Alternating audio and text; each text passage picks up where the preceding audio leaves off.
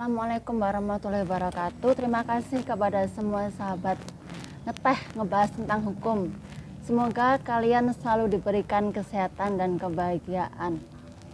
Dalam beberapa episode mendatang, saya dengan narasumber tidak bisa satu studio, namun semoga acara ngeteh ngebahas tentang hukum tetap memberikan manfaat bagi kita semua. Sobat ngeteh ngebahas tentang hukum dimanapun kalian berada. Dalam beberapa waktu lalu sekitar tahun 2022 kita mendengar adanya kelangkaan minyak goreng. Di tengah kesulitan masyarakat terkait dengan adanya kelangkaan minyak goreng tersebut, ada orang yang menjanjikan dengan harga murah. Namun setelah kita memberikan sejumlah uang ratusan juta rupiah, minyak goreng tersebut tidak kunjung dikirim dan barangnya pun tidak ada. Di sisi lain, ada orang yang meminjamkan uang, namun setelah dicicil atau diangsur beberapa kali, uang tersebut tidak kunjung dikembalikan dan hanya janji-janji saja. Untuk itu, kali ini saya bersama dengan narasumber ingin membahas dengan tema ketipu atau penipuan. Langsung saja kepada narasumber, saya persilakan. Salam sehat dan bahagia bagi penonton acara ngeteh ngebahas tentang hukum by Adi Fajos. Memang kali ini tetap belum dalam satu studio bersama Mbak Sari Citra Pertiwi untuk membahas tentang perkara-perkara hukum yang aktual di masyarakat dengan harapan dapat bermanfaat bagi masyarakat pada umumnya. Kali ini kita ingin membahas tema yaitu ketipu atau penipuan. Sebelum kita masuk lebih lanjut pada inti perkara, kita ingin memberikan ilustrasi dulu. Kadang kita mendengar, melihat ada seseorang melihat sebuah pertandingan dan menjanjikan kalau menang akan diberi uang. Misalkan uang 1 juta. Namun setelah tim ini menang dalam pertandingan tersebut, ternyata uang ini tidak diserahkan. Nah, di sisi yang lain,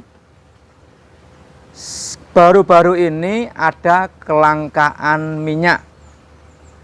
Ada seseorang yang mengaku distributor minyak. Ketika masyarakat di sekelilingnya mempercayainya, kemudian menyetor sejumlah uang dan tidak sedikit sampai dengan ratusan juta, namun ternyata minyak itu tidak ada atau nihil. Untuk itu kita akan sedikit bicara tadi yaitu ketipu atau penipuan. Nah, kita berikan dulu rumusannya, yaitu penipuan itu apa? Penipuan yaitu rumusannya dalam pasal 378 KUHP bunyinya begini.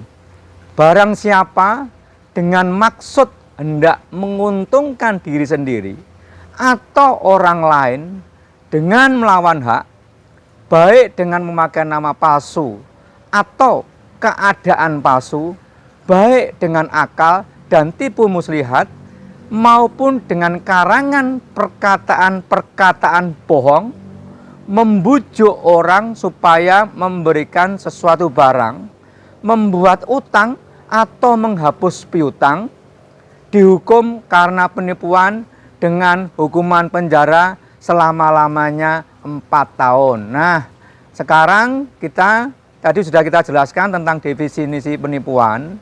Lagi ancamannya berapa? 4 tahun. Itu ancaman maksimalnya. Setelah kita bicara tentang definisi tentang penipuan, kita akan sedikit uraikan unsurnya. Unsurnya penipuan itu apa saja? Yang pertama, yaitu barang siapa. Barang siapa di sini tentunya pelakunya harus orang. Yang kedua, ada maksud atau kehendak.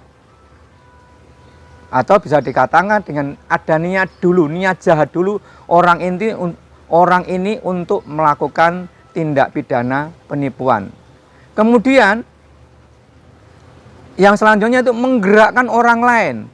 Untuk apa? Supaya menyerahkan barang sesuatu kepadanya atau memberi hutang. Ingat ya, saya ulangi, memberi hutang kepadanya. Artinya di sini kepada pelaku maupun menghapuskan piutang kepadanya, yaitu kepada pelaku tersebut. Kemudian caranya bagaimana? Caranya memakai nama palsu. Seharusnya namanya adalah, ini misalkan saja Sugeng Suharto, namun mengaku-ngaku nama Robert. Ini hanya contohnya saja. Atau martabat palsu. Selanjutnya yaitu dengan tipu muslihat. Tipu muslihat di sini adalah memang sudah keinginan untuk menipu orang. Nah, itu tadi unsur-unsurnya. Sekarang kita ingin lebih masuk dalam contoh-contohnya. Contohnya apa? Contoh untuk kasus penipuan. Misalnya ada seseorang yang menjanjikan bisa memasukkan di sebuah BUMN ataupun PNS. Namun ketika orang tersebut menyetor sejumlah uang sebagaimana yang diminta oleh orang tersebut atau pelaku tersebut, kenyataannya tidak bisa dimasukkan di BUMN. Padahal sudah menyetorkan uang. Ini hanya ilustrasi atau contoh saja. Atau yang kedua, misalkan orang yang membayar hutang dengan cek palsu. Ingat, dengan cek palsu atau cek kosong. Cek kosong itu bisa dikatakan tidak ada dananya. Bisa juga, atau memang sudah terblokir. Bisa juga. Nah, kalau cek palsu ya biasa, yaitu tentu cek yang dipalsukan. Lagi saya ulangi, membayar hutang dengan cek kosong atau cek palsu. Kemudian bagaimana untuk selanjutnya kasus penipuan? Seperti beberapa tahun yang lalu kita sering mendengar ada SMS mengatasnamakan dari salah satu perusahaan, kemudian dinyatakan pemenang, namun dengan syarat membayar pajak terlebih dahulu. Setelah dibayar pajak beberapa puluh juta, namun ternyata undian tersebut tidak kunjung ada. Sampai dengan ditunggu-tunggu, juga artinya tidak ada sama sekali alias nihil. Ini contoh kasus-kasus penipuan yang bisa dimasukkan dalam pasal 378 KUHP. Ya. Atau yang lain lagi, misalkan ada proyek palsu. Seseorang menjanjikan ada sebuah proyek. Proyeknya di sebuah kota X katakanlah, jenis proyeknya Y. Y misalkan yaitu pengadaan barang dan jasa. Namun faktanya tidak ada pengadaan barang dan jasa di kota X tersebut. Ini contoh-contoh kasus penipuan yang bisa dalam kategori pasal 378 KUHP. Kemudian bagaimana dengan ketipu? Nah, ketipu ini seperti dalam lagunya Didi Kempot, Kapusan Janji, ya, di situ. Ranahnya apa? Ranahnya perdata, yaitu wan prestasi, melakukan ingkar janji. Janjinya itu memberikan hadiah. Misalkan 10 juta tapi kenyataan hadiah itu tidak diberikan. Itu namanya wan prestasi. Ini perlu diketahui, disimak agar kita bisa membedakan ranah pidana atau ranah perdata.